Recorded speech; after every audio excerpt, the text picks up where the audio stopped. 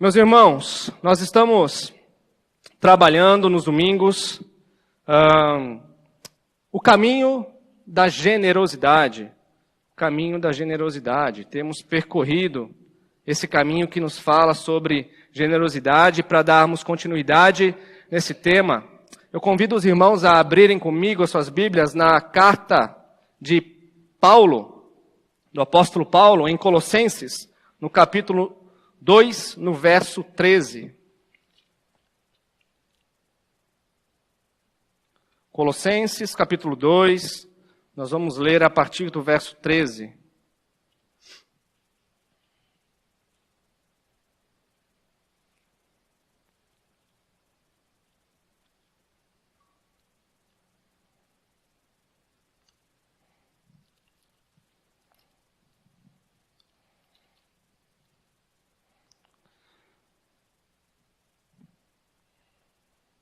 Como um subtema ou um subtítulo para essa noite, gostaria de trabalhar com os irmãos generosidade da perspectiva da graça. Generosidade na perspectiva da graça. Melhor. Vamos ler Colossenses capítulo 2, no verso 13, diz: Quando vocês estavam mortos em pecados e na incircuncisão da sua carne, Deus os vivificou com Cristo. Ele nos perdoou todas as transgressões e cancelou a escrita de dívida que consistia em ordenanças e que nos era contrária.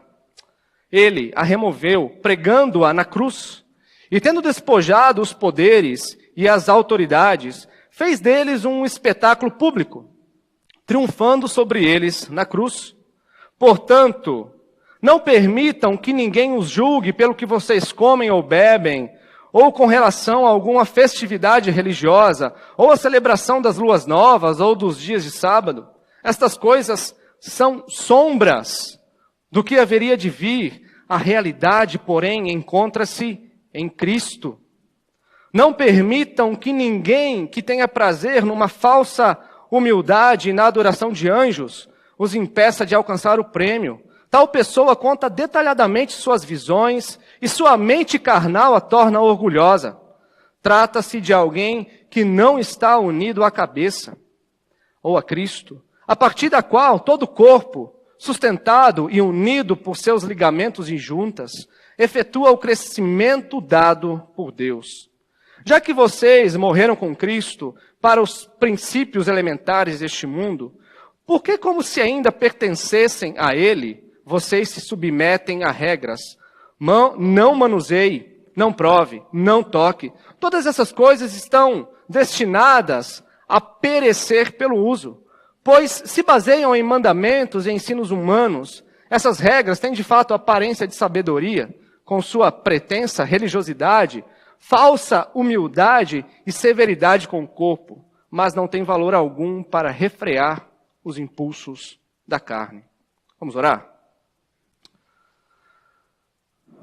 Pai eterno, Deus de glória, muito obrigado, Senhor, pela oportunidade que nós temos neste momento de cultuar a Ti com louvores, de cultuar a Ti com a Tua palavra.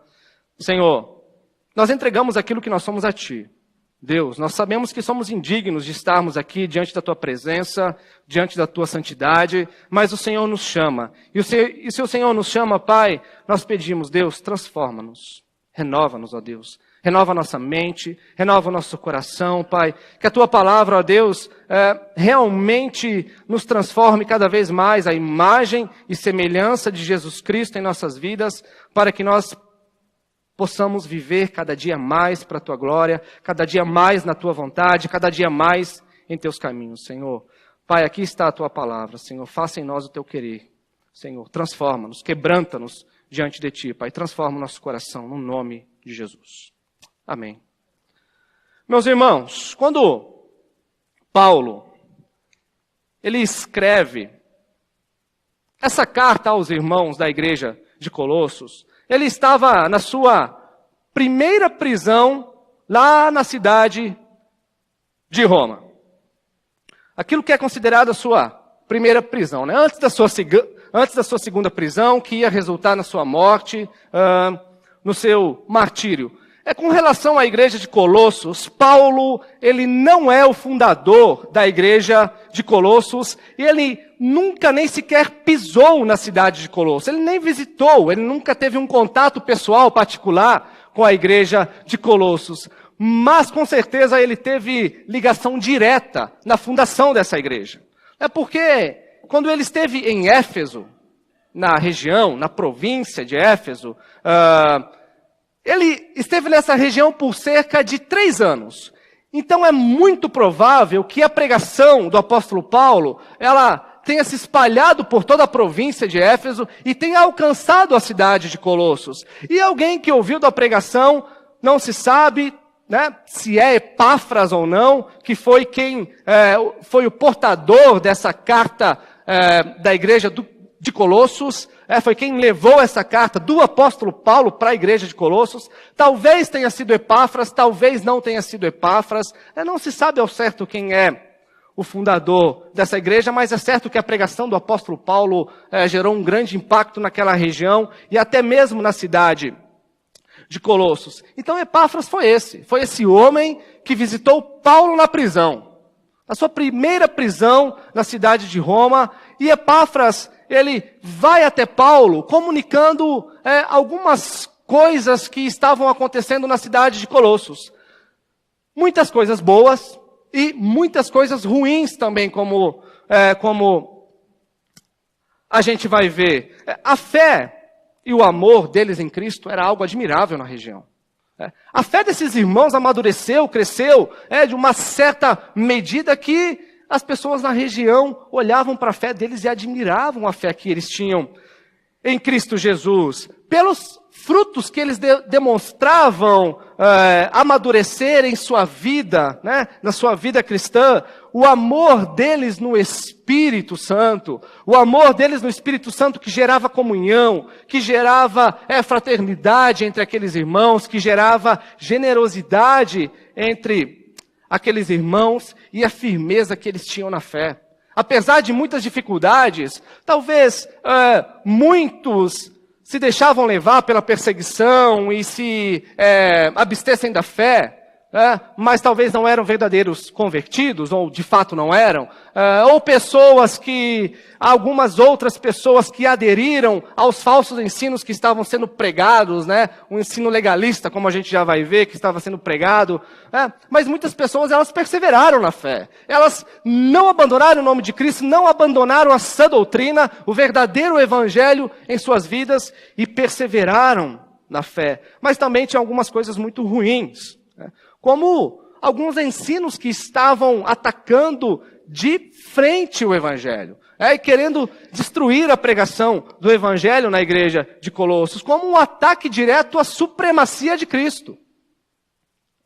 Como Paulo vai trazer do capítulo 1 até o capítulo 2, que Cristo, ele tem sim a sua supremacia, que Cristo sim, ele reina sobre todas as coisas, que todas as coisas foram criadas por intermédio de Cristo, e não só isso, por meio de sua palavra, ele sustenta toda a criação, todo o cosmos que existe. Então Cristo é supremo, nós vemos a supremacia dele na criação. Mas esse ensino não atacava somente a supremacia de Cristo. Eles ensinavam que, ou atacando diretamente a supremacia de Cristo, era necessário outros objetos para nos levar a Deus. Isso é muito comum em nossos dias. Por exemplo, eles ensinavam que os astros eram porta-voz da nossa voz a Deus, de que era falsa humildade e muita pretensiosidade de nossa parte nos chegarmos diretamente a Deus, porque Cristo, ele não tinha supremacia. Então nós poderíamos falar com os astros, nós poderíamos falar com os anjos que habitam neste mundo, nós podemos falar com os demônios, até mesmo, eles ensinavam. Nós podemos falar com os espíritos rudimentares deste mundo, que habitam este mundo, para nos levar diretamente a Deus. Então Paulo escreve essa carta. essa carta à igreja de Colossos, visando fortalecer a fé desses irmãos, corrigir a visão desses irmãos a respeito do verdadeiro evangelho que estava sendo tão fortemente atacado na igreja de Colossos. Então, a gente vê que Paulo, primeiramente, ele trata da supremacia, da defesa da supremacia, do reinado de Deus na criação, aquele que sustenta todas as coisas. E agora, no capítulo 2, ele vai tratando as coisas de uma forma mais detalhada, os ensinos de uma forma mais detalhada. E no verso 13, nós vemos então que Paulo, ele fala assim: quando vocês estavam mortos em pecados e na incircuncisão da carne de vocês. Paulo, ele está lembrando aquilo que ele fala na carta de Romanos, lá no capítulo 6, no verso 23, que ele vai dizer que o salário do pecado é a morte. Que a recompensa pelo nosso pecado é a morte. É o afastamento da presença de Deus, né? É o não desejo pela presença de Deus em nossas vidas e, de forma alguma, nós queremos nos aproximar diante da santidade de Deus. É a nossa queda. E não é apenas uma quedinha. Não é apenas um tropeção. É uma quedinha aqui que nós ralamos o nosso joelho. Não.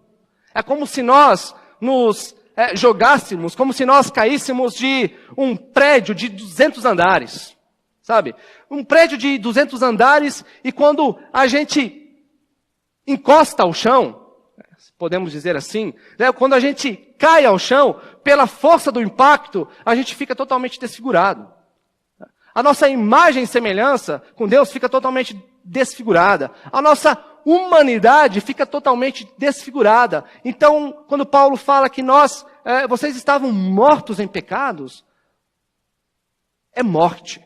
É morte. Nós estamos amassados pelo pecado, desfigurados pelo pecado. E nós estávamos ali no chão, né? Desfigurados, com a imagem desfigurada, porque Paulo está falando, olha, vocês foram criados, vocês foram criados para dominar a criação. E à medida que vocês dominam a criação, vocês espalham a justiça de Deus, vocês espalham os valores do caráter de Deus, os valores do reino de Deus. E à medida que vocês vão crescendo, como humanidade, se evoluindo, como humanidade, vocês vão espalhando a glória de Deus também. Ou seja, vocês estavam nulos em seus pensamentos. Vocês estavam mortos. Seus pensamentos eram pensamentos de gente morta. As suas vontades eram vontades de gente morta. Os seus caminhos eram caminhos de gente morta. Vocês estavam mortos em seus sentimentos, mortos em seus desejos, mortos em suas vontades, sem conseguir desejar o bem, sem conseguir se voltar para Deus, em seus sentimentos, em suas vontades, amando tudo aquilo que te distancia de Deus, e desprezando todo o bem, e desprezando tudo aquilo que se parece com Deus. E Paulo continua: vocês estão mortos e na incircuncisão da carne.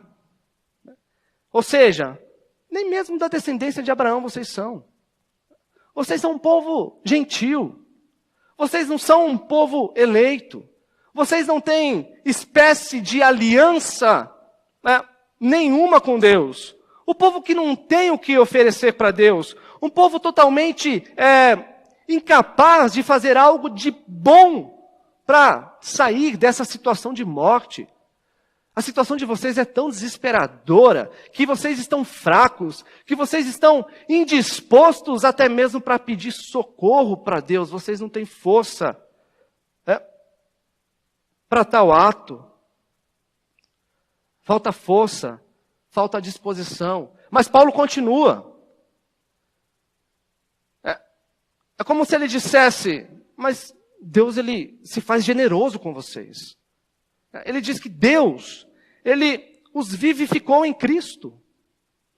Deus, sabendo de tudo isso, ele deu vida para vocês em Jesus Cristo. Ele sempre soube da incapacidade, de que vocês mortos não poderiam produzir nada. É porque morto não produz vida, não é capaz de produzir vida em si. Somente quem possui vida é quem é capaz de produzir vida e de doar vida, ou de dar vida a outro. Então ele realiza todo esse esforço que vocês precisavam realizar. Na indisposição de vocês, Deus se faz disposto enviando Jesus Cristo. Jesus Cristo é quem viveu. Jesus Cristo é quem cumpriu toda a justiça de Deus. Jesus Cristo é quem morreu, é quem recebeu toda a ira de Deus contra os vossos pecados na cruz.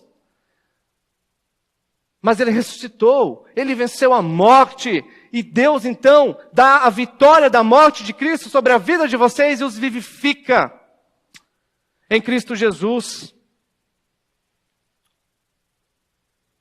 Vocês são gentios, mas Deus os vivifica.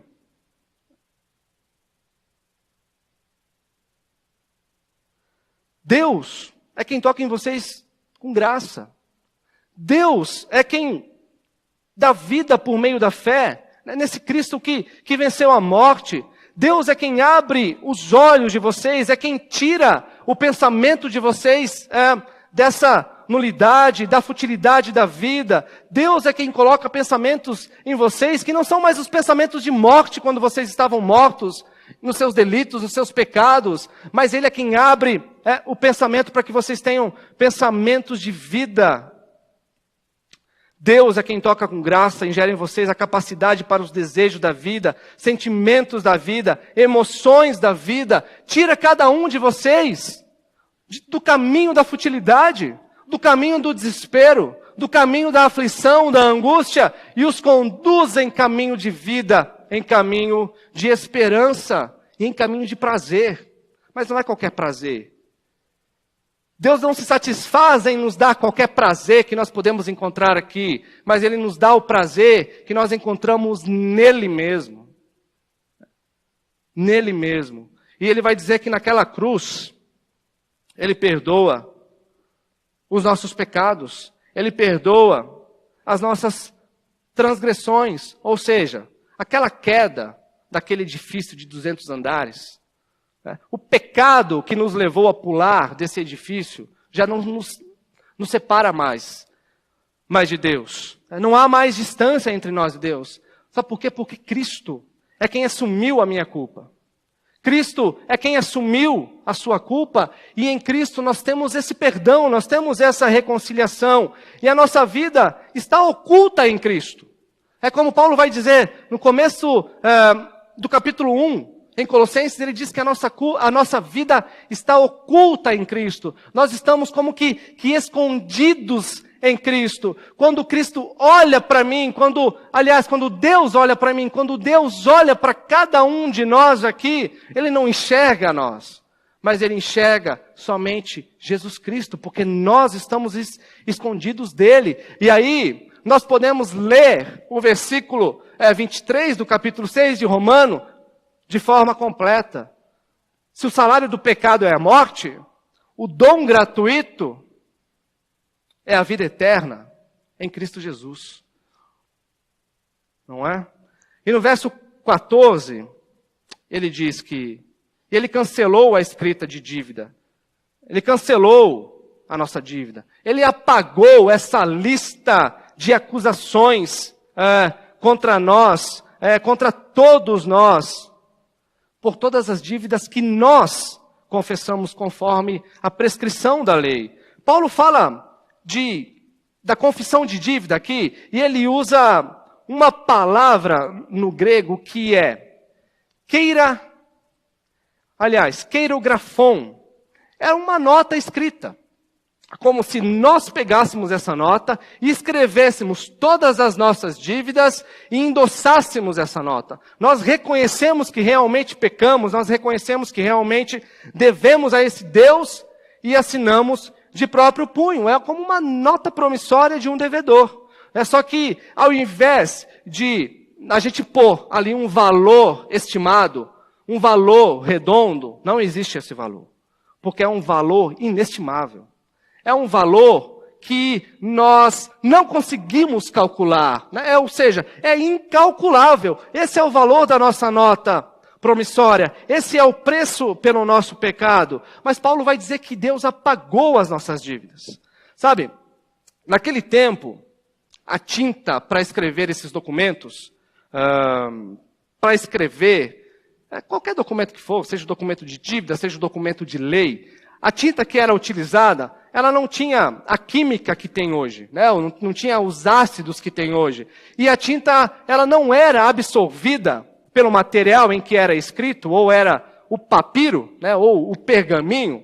A tinta, ela não era absorvida com tanta facilidade. Ela demorava bastante para ser absorvida. Ou às vezes ela até secava e ficava na superfície.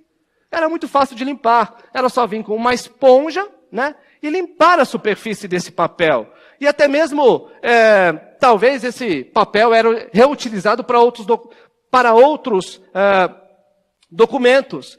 E é isso que Paulo está dizendo, que Deus, ele pega esse documento, que tem todas as nossas dívidas, com uma esponja, né, com o sangue de Cristo, ele limpa, ele tira todas as nossas transgressões, todas as nossas dívidas. Mas também tem outra coisa na mente de Paulo aqui, que é a figura de um tribunal. Ou seja, o réu está no banco. A escrita repleta de acusações está ali sendo preparada e está sendo lida para esse réu. Mas o juiz é Deus. E o que Deus faz? Ele inocenta o culpado. Ele inocenta. Por quê? Porque ele se satisfaz na morte de Jesus. Todas as exigências da lei são satisfeitas na morte de Jesus. Por isso que Paulo prossegue o versículo falando que ele removeu a dívida, pregando essa dívida na cruz. Ele usa essa linguagem porque no mundo antigo, quando se cancelava uma lei, um decreto, alguma prescrição, eles pegavam essa lei e era fixado, ou era pregado em uma tábua, né, com um cravo, com um prego. E na cruz de Cristo, foi realmente isso que aconteceu. Foi crucificada a nossa lista de dívida. Todas as acusações contra nós foram executadas, foram apagadas na cruz de Cristo, foram eliminadas da presença de Deus, como se nunca tivessem existido, né? Qualquer uma delas. Em sua misericórdia, Deus destruiu, prescreveu, eliminou todos os registros dessa dívida. E aí quando nós, pecadores, olhamos para a cruz de Cristo, nós temos ali o nosso recibo de pagamento. Ou nós temos ali o documento que quita toda a nossa dívida perante Deus. Esse documento totalmente rasgado publicamente. Aquilo que o homem não podia fazer, Deus fez para ele por meio de Jesus. O Filho de Deus, ele tornou-se o nosso fiador. E para isso ele foi moído. Para isso ele foi esmagado na cruz, por causa das nossas dívidas. E é por isso que Cristo, no alto da cruz, quando com a obra já totalmente consumada, quando ele está ali prestes a entregar o seu espírito para Deus, o que ele fala? Tetelestai. Ou seja, está totalmente pago. Não há mais dívida, não há mais lei que culpe esse povo, esse povo que se denomina Igreja de Jesus Cristo, que eu comprei com o meu sangue. Mas no verso 15, nós vamos ver que Jesus, ele não lidou apenas com os nossos pecados.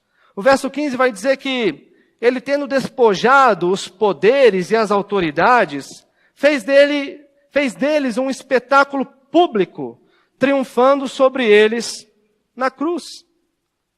Jesus não lidou só com os nossos pecados, mas também com Satanás. Ele lidou também com os poderes malignos que atuam nesse mundo. Ele despojou, como Paulo diz, os principados e as potestades e os fez prisioneiros, e os fez cativos, e ele triunfa sobre tudo eles, ou sobre todos eles, na cruz. Porque o mundo antigo, ele tinha essa crença em todos os tipos de anjos. Eles eram classes e mais classes de anjos, eram classes e mais classes de espíritos, aquilo que Paulo vai chamar nessa carta dos espíritos rudimentares, né, dos espíritos desse mundo. Eles criam em todas as classes de demônios, e esses demônios, esses espíritos, eles estavam aí para arruinar as nossas vidas, para atrapalhar, literalmente, a vida dos homens. Mas Paulo está dizendo que Jesus, ele derrotou esses poderes definitivamente. Sabe? Não há mais chance de contra-ataque. Não há mais chance de revanche. Esses poderes estão todos derrotados definitivamente. Porque Jesus quebrou o seu poder de atuação sobre as nossas vidas. E Paulo diz que ele despojou os poderes e as autoridades e fez deles um espetáculo público. Ele tem a figura aqui de um general, de um general romano, que quando saía à guerra, ele vencia uma nação, de uma forma fantástica, de uma forma maravilhosa, um feito grande em sua vida. Como que ele voltava para a cidade?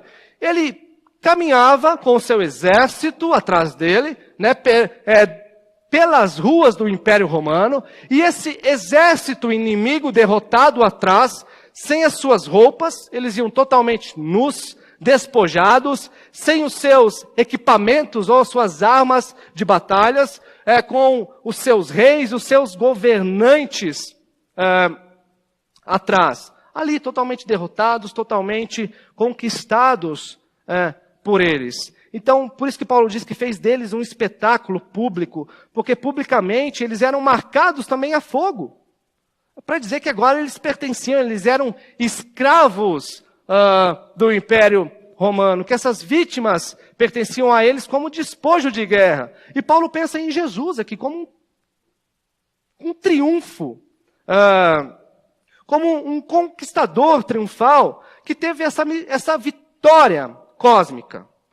Em sua marcha, ele triunfa sobre os poderes do mal, e eles sofrem um duro golpe de Jesus, e que todos podem contemplar, todos podem ver a vitória de Jesus totalmente simbolizada, totalmente feita na sua cruz. E meus irmãos, vendo todas essas coisas que Deus realizou pela sua igreja, todas essas coisas que Deus fez por mim, que Deus fez por você, de uma dívida que era totalmente impagável, nós nos damos de frente com aquilo que nós poderíamos dizer com o suprassumo da generosidade. O suprassumo da generosidade. A generosidade de forma mais perfeita que nós podemos aprender com esse Deus. Como ser generosos.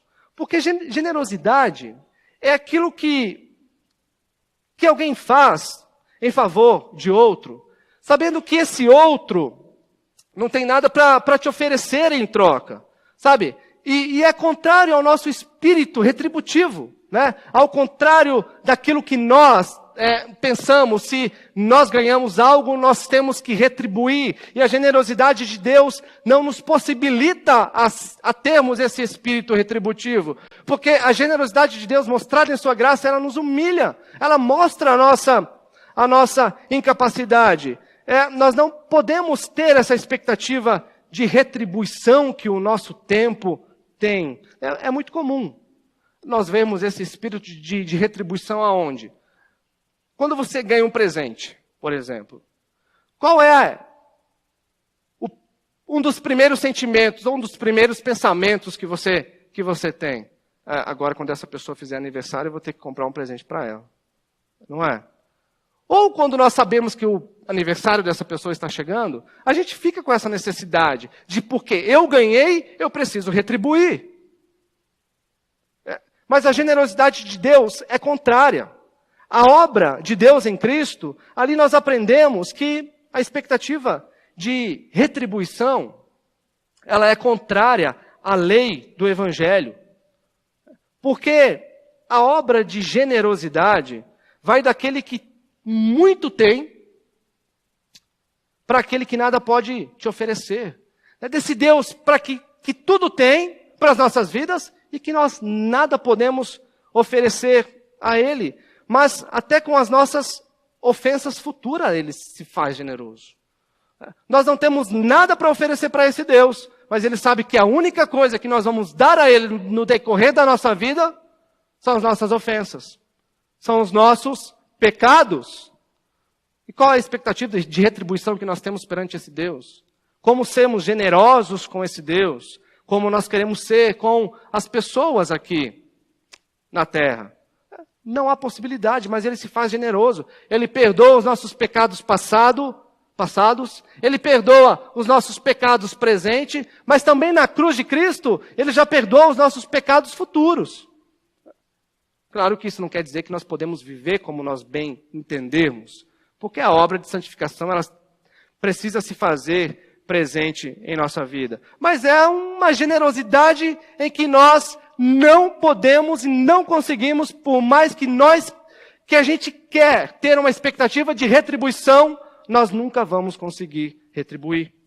E no verso 16, Paulo vai dizer, portanto, não permitam que ninguém os julgue pelo que vocês comem ou bebem, ou com relação a alguma festividade religiosa, ou a celebração das luas novas, ou dos dias de sábado. Ou seja, os promotores do legalismo, as pessoas, os falsos mestres ali que ensinavam o legalismo, andavam pelas igrejas como assaltantes, como usurpadores da liberdade cristã que esses irmãos tinham. Eles não tinham nada de generosidade em si. E eram escravos de uma infinidade de leis, de uma infinidade de regras. Eles não conheciam a graça, eles não conheciam a misericórdia, e eles queriam que esses cristãos da igreja de Colossos aderissem à mesma prisão, às mesmas leis, como eles vinham vivendo. Eles diziam que, ao menos que eles guardassem determinados dias de festas do calendário, como a gente vê, determinados dias como dias de lua nova, dias do calendário de festas judaicos, eles precisavam se abster de certos alimentos e de certas bebidas para que a salvação deles estivesse realmente completa e que eles pudessem viver uma vida vitoriosa. Mas Paulo aqui ele combate o ascetismo gnóstico, porque para eles, para o gnosticismo, o que acontece? A matéria é ruim. Ou seja, o nosso corpo é matéria, o nosso corpo é ruim, mas o espírito é bom. E se a matéria é ruim, o nosso corpo é ruim, o espírito é bom, então eles chegavam a duas conclusões. Primeiro, não interessa o que nós fazemos com o nosso corpo, dá no mesmo. Eu posso desfrutar do meu corpo, eu posso desfrutar, saciar os prazeres, os desejos que o meu corpo pede para mim que eu sacie, né? E se o meu corpo é ruim, é só ele que vai ser prejudicado. A minha alma vai estar intocada. É só o meu corpo que vai receber os impactos de algo ruim. E se o meu corpo é mau, ele deve ser vencido. Ele deve ser golpeado. Ele deve ser reduzido à fome. Cada uma de suas necessidades deve ser ignorada. Os impulsos devem ser freados de nossa vida. Por exemplo, se eu tenho muita vontade de tomar Coca-Cola, o que eu faço? Eu vou frear esse desejo. Eu vou ignorar essa vontade que eu tenho de tomar Coca-Cola e eu não vou deixar ela dominar o meu corpo. E se isso não resolver? Se eu, mesmo ignorando, eu for indo para a geladeira, eu estou indo, estou abrindo a geladeira, vou pegar a coca, o que eu faço? Eu pego um chicote e começo a me chicotear, começo a me bater, começo a castigar a minha carne. Mas se mesmo assim eu fui na geladeira, abri ela, tomei a coca, daí o que eu faço?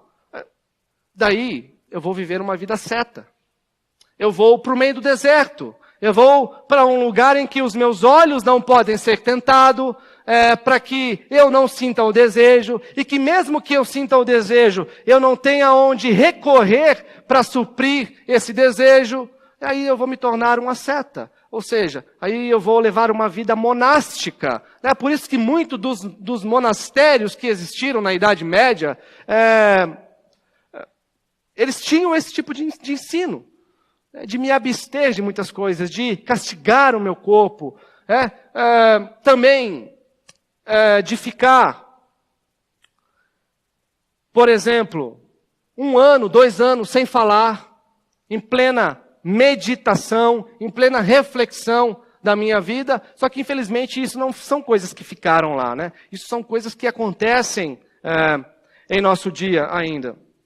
E ainda havia a ideia de que quem cumprisse essas observações, né, que se abstessem dos alimentos, que cumprissem o calendário religioso, eles poderiam receber uma revelação especial, um conhecimento especial. E quem recebia esse conhecimento que se chamava gnose, era apenas os iniciados na fé. Era apenas aqueles que castigavam o corpo, era aqueles que se abstiam das coisas, que levavam uma vida asceta. E eles misturavam, então, cristianismo, judaísmo, misticismo, ou seja, era um sincretismo.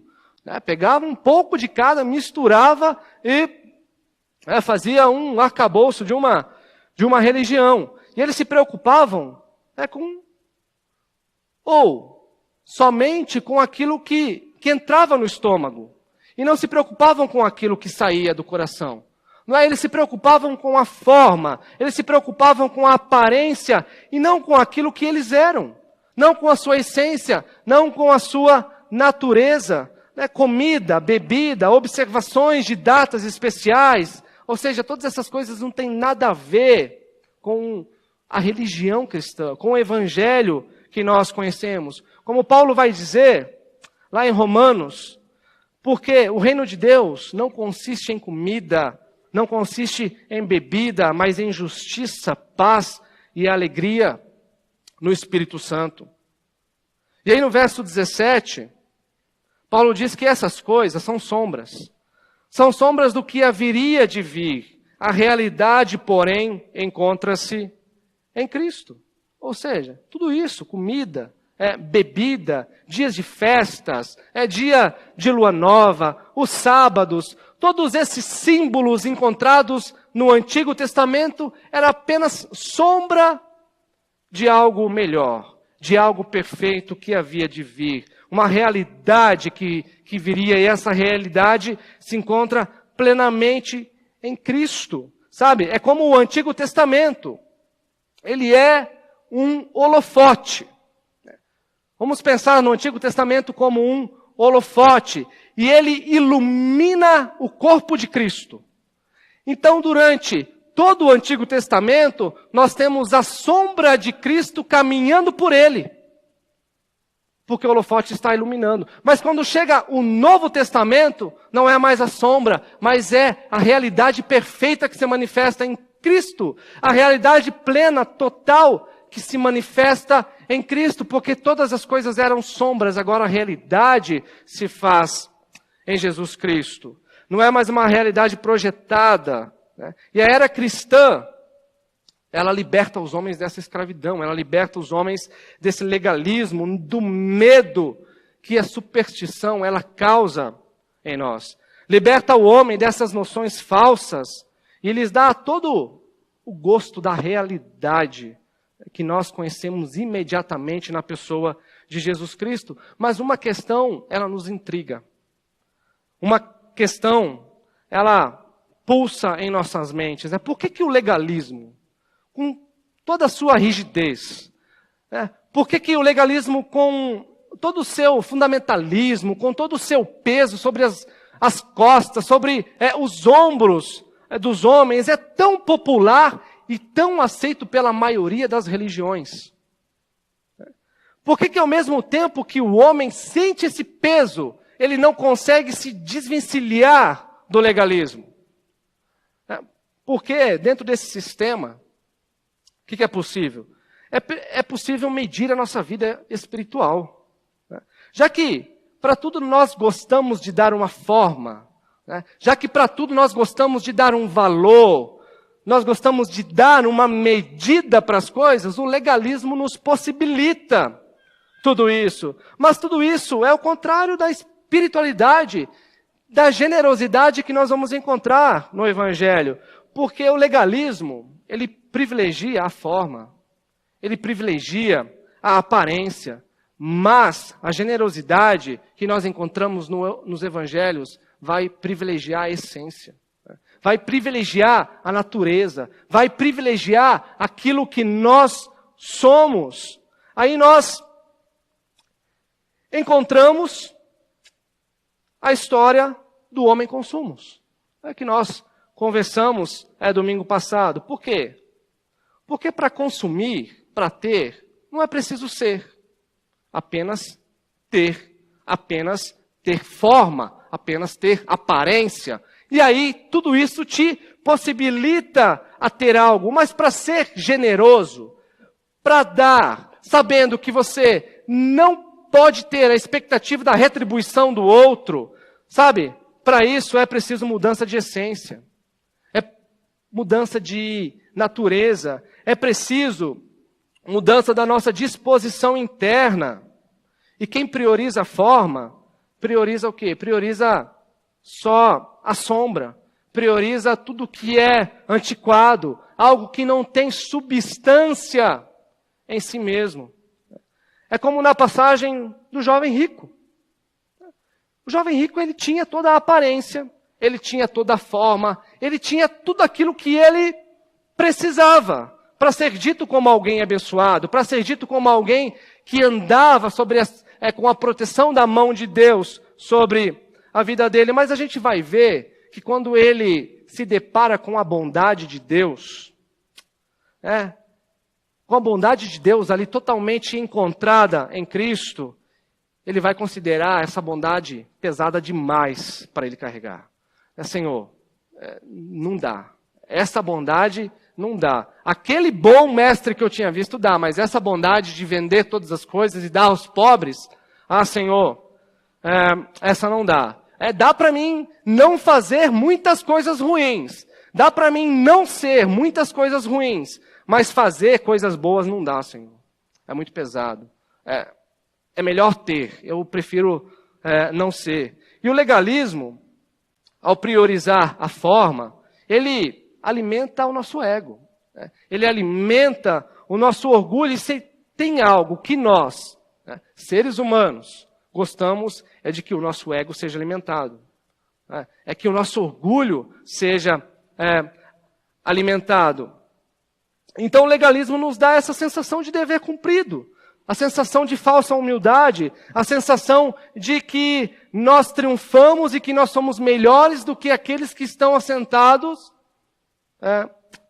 ao nosso lado. Mas a generosidade, ela vai nos levar a um caminho totalmente oposto, ao caminho da graça, ao caminho da dependência, não só de Deus, mas da dependência do irmão que está do nosso lado. E quando nós entendemos a generosidade do Evangelho, nós, ao mesmo tempo que falamos, meu irmão, me ajuda, esse irmão entende que ele não pode criar expectativa nenhuma quando ele estiver precisando. E ao mesmo tempo que nós ajudamos as outras pessoas, nós vemos no Evangelho que nós não podemos criar expectativa nenhuma de que quando nós vamos precisar, esse irmão vai nos ajudar. Porque a generosidade, ela é contrária à lei de retribuição. E daí Paulo vai dizer, ninguém vos julgue. Ninguém vos julgue pela regra do legalismo. Não se julgue, não julgue os outros pela forma. Por quê? Pois a cruz de Cristo é a nossa carta de alforria. Quando nós olhamos para a cruz de Cristo, nós temos a nossa quitação de todo esse ritualismo vazio, e que leva o homem ao orgulho, que leva o homem ao egoísmo, porque se nós já ressuscitamos com Cristo, se nós morremos com Cristo e ressuscitamos com Cristo, nós somos servos dele, nós vamos servir a ele, e não às coisas desse mundo, não aos objetos desse mundo. Nós não somos mais escravos da lei. E dessa forma você está liberto então, não mais para servir a você mesmo, com todas essas regras, com todos esses rituais, mas para servir ao seu irmão com o coração aberto, com o coração cheio de generosidade, sem esperar nada em troca. E isso independe de forma, isso independe de padrão, isso independe de objeto, isso independe de ritual sequer, mas depende do quanto você entendeu o Evangelho de Jesus Cristo. Se na parábola do filho pródigo, nós conhecemos totalmente o coração de Deus, de um Deus que está sempre pronto, disposto a nos perdoar, de um Deus que está sempre pronto, com os braços abertos a nos receber arrependidos. Na parábola do bom samaritano, nós temos a amostra do coração daquele que entendeu a generosidade que é mostrada ou nos ensinada no Evangelho. E aí no verso 18, Paulo diz, não permitam que ninguém que tenha prazer numa falsa humildade e na adoração de anjos, os impeça de alcançar o prêmio. Tal pessoa conta detalhadamente as suas visões, a sua mente carnal a torna orgulhosa. Esses falsos mestres, eles estavam assaltando a igreja de Colossos. Eles não eram apenas legalistas. Você não precisava apenas cumprir um monte de leis, um monte de rituais para se aperfeiçoar na salvação. Mas eles também eram sincretistas. A teologia deles era uma mistura de símbolos. Eles pegavam símbolos da fé judaica, eles pegavam símbolos do cristianismo, eles pegavam símbolos da cultura grega, né, e faziam esse aglutinado de coisas que fazia totalmente oposição à fé evangélica. Totalmente oposição àquilo que nós encontramos no Evangelho. E o que eles estão fazendo aqui? Eles estavam reprovando os cristãos, por não terem como eles essa imediata experiência com o mundo espiritual, a parte da palavra de Deus. A teologia deles vinha das visões. Os ensinamentos desses homens vinham das revelações que eles deviam ter. Ou seja, cristãos, esse negócio de Bíblia, sabe? Esse negócio de pregar o Evangelho, somente a Escritura, sabe? Não. Vocês precisam conhecer o mundo que nós conhecemos. Vocês precisam conhecer o mundo espiritual da forma que nós conhecemos. Vocês precisam ter as visões que nós conhecemos. E aí sim vocês vão saber o que realmente vocês devem seguir. A Bíblia, ela é boa, é bonitinha, tem muitas coisas boas, mas as visões é o que realmente importa. É o que realmente vai dizer se você tem conexão com esse Deus ou não. Né? Eles adoravam anjos, espíritos intermediários, e não diretamente a Deus por meio de Cristo, porque eles davam mais valor à experiência. A experiência subjetiva do que a verdade objetiva que nós temos já revelada na palavra de Deus, revelada já nos evangelhos, no ensino, nas escrituras. Mais valor ao sentimentalismo do que à razão. Eles não tinham uma vida equilibrada, era muito apelo sentimental. Apenas a palavra não nos toca mais, apenas o evangelho não nos toca mais. É preciso ter visões, é preciso ter revelações, é preciso ter profecias, é preciso que Deus fale comigo com voz audível na minha mente. Só o evangelho não basta mais. Eles tinham esse apelo sentimental. Isso produzia o quê? Produzia arrogância, como Paulo vai dizer. Produzia orgulho no meio daqueles irmãos, no meio da igreja de Colossos, como Paulo vai dizer. Ou seja, eu tive experiência e você não teve. Eu tive uma visão e você não. Eu ouvi a voz de Deus. Você não ouviu, eu sou mais espiritual que você. Eu sou mais qualificado para se aproximar de Deus e você não. E esses tais mestres, eles não têm a capacidade para serem árbitros, como Paulo vai dizer no meio de vocês. Eles não têm capacidade para julgar, para dizer, com base que em tal teologia, se vocês estão qualificados ou não para o reino de Deus. Porque eles não apenas adoravam os anjos, mas eles diziam que eles faziam isso por humildade, que é muita arrogância, se achegar diante de Deus. Você precisa de um intermediário para se chegar diante de Deus.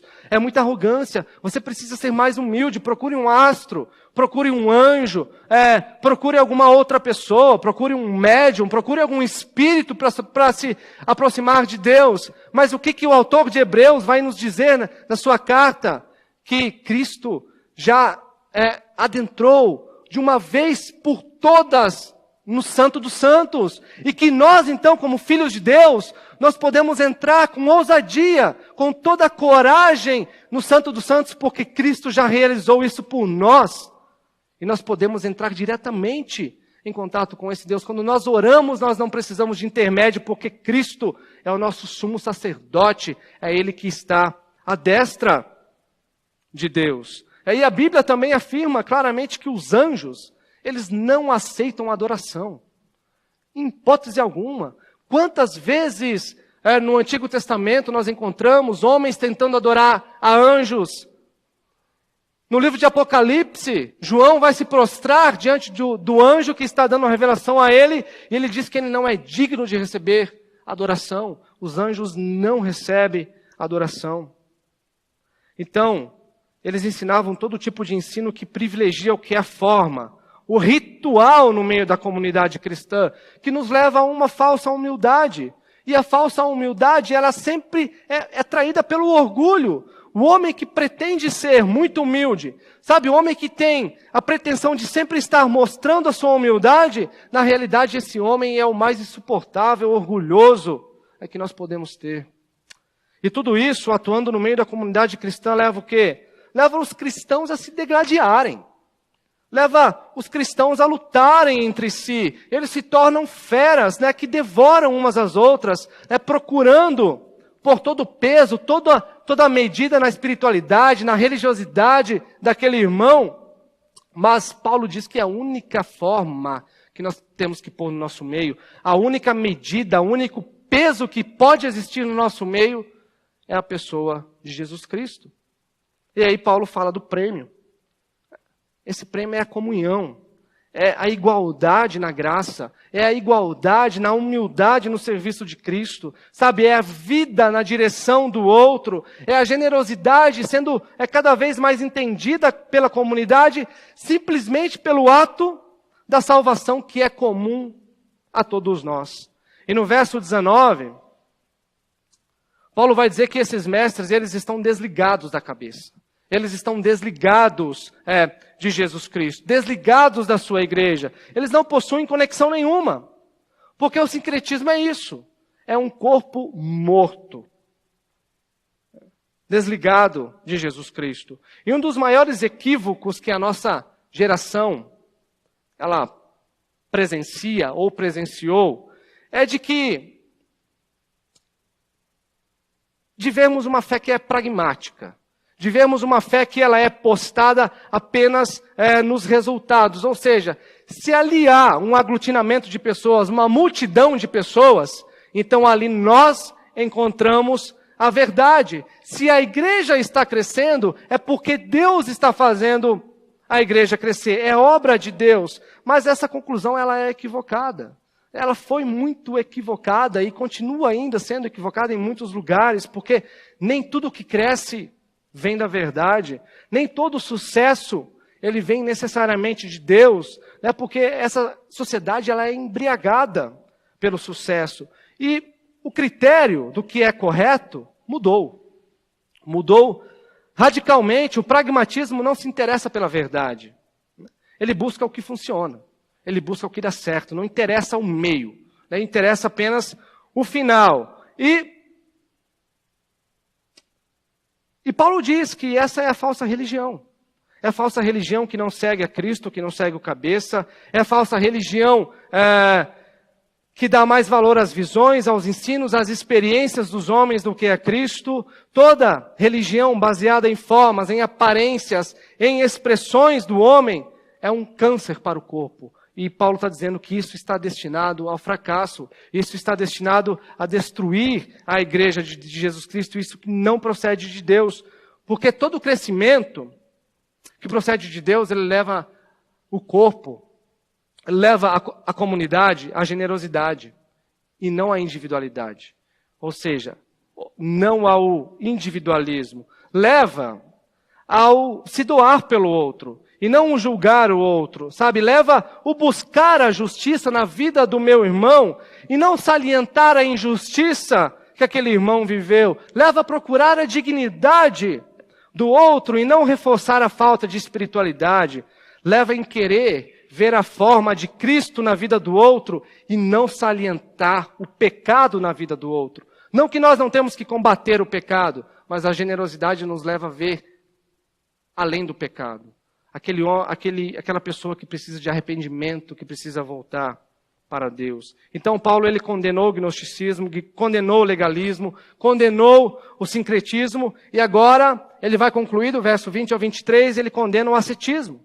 A crença de que nós podemos crescer espiritualmente simplesmente nos abstendo das coisas, simplesmente castigando o nosso corpo, simplesmente indo levar uma vida monástica, mortificando-nos fisicamente. Porque o ascetismo, ela é essa religião do não, do não faça isso, do não faça aquilo, não coma isso, não beba aquilo, não haja dessa maneira, não, não e não. É como um jovem rico, Não mate, não roube, não adultere, não engane. Mas o cristianismo é muito mais baseado numa religião daquilo que você é, do que daquilo que você não é. Sabe, muito mais daquilo que você faz do que daquilo que você não faz. Aquilo que Cristo leva o jovem rico a refletir. Tudo bem que você não tem feito coisas ruins, mas o que você tem feito de bom? Não é? Então o ascetismo, ele está preocupado apenas com a aparência, e não com a essência das coisas. Está preocupado com aquilo que entra no nosso estômago, e que sai do nosso corpo, mas não com aquilo que procede do nosso coração. Não com aquilo que nós inflamamos o nosso coração, o nosso ser, todos os dias. Então tudo isso tem aparência de sabedoria, tem aparência de humildade, mas não tem nenhum valor diante de Deus. É isso que Paulo está nos dizendo. É tudo inútil, é um culto de si mesmo, tem piedade, mas é uma piedade falsa, é uma piedade fingida, não torna ninguém mais santo, não muda a essência de ninguém, não transforma o coração de ninguém. É um tipo de religião que professa a humildade diante do mundo, mas é falsa. Ela ensina uma salvação com esforço humano e rejeita dessa forma a graça de Deus. Rejeita dessa forma a verdadeira humildade que nós encontramos no Evangelho de Deus, e rejeita a nossa carência da graça de Deus. Mas quem tem plena consciência, meus irmãos, dessa carência da graça, de sua dependência, não vê outro caminho para viver, a não ser que seja o caminho da generosidade, a não ser que seja o caminho de fazer o bem sem esperar nada em troca. Que o Senhor nos abençoe, que o Senhor nos ajude, nos capacite de glória em glória, de fé em fé, de graça em graça, a vivermos dessa maneira.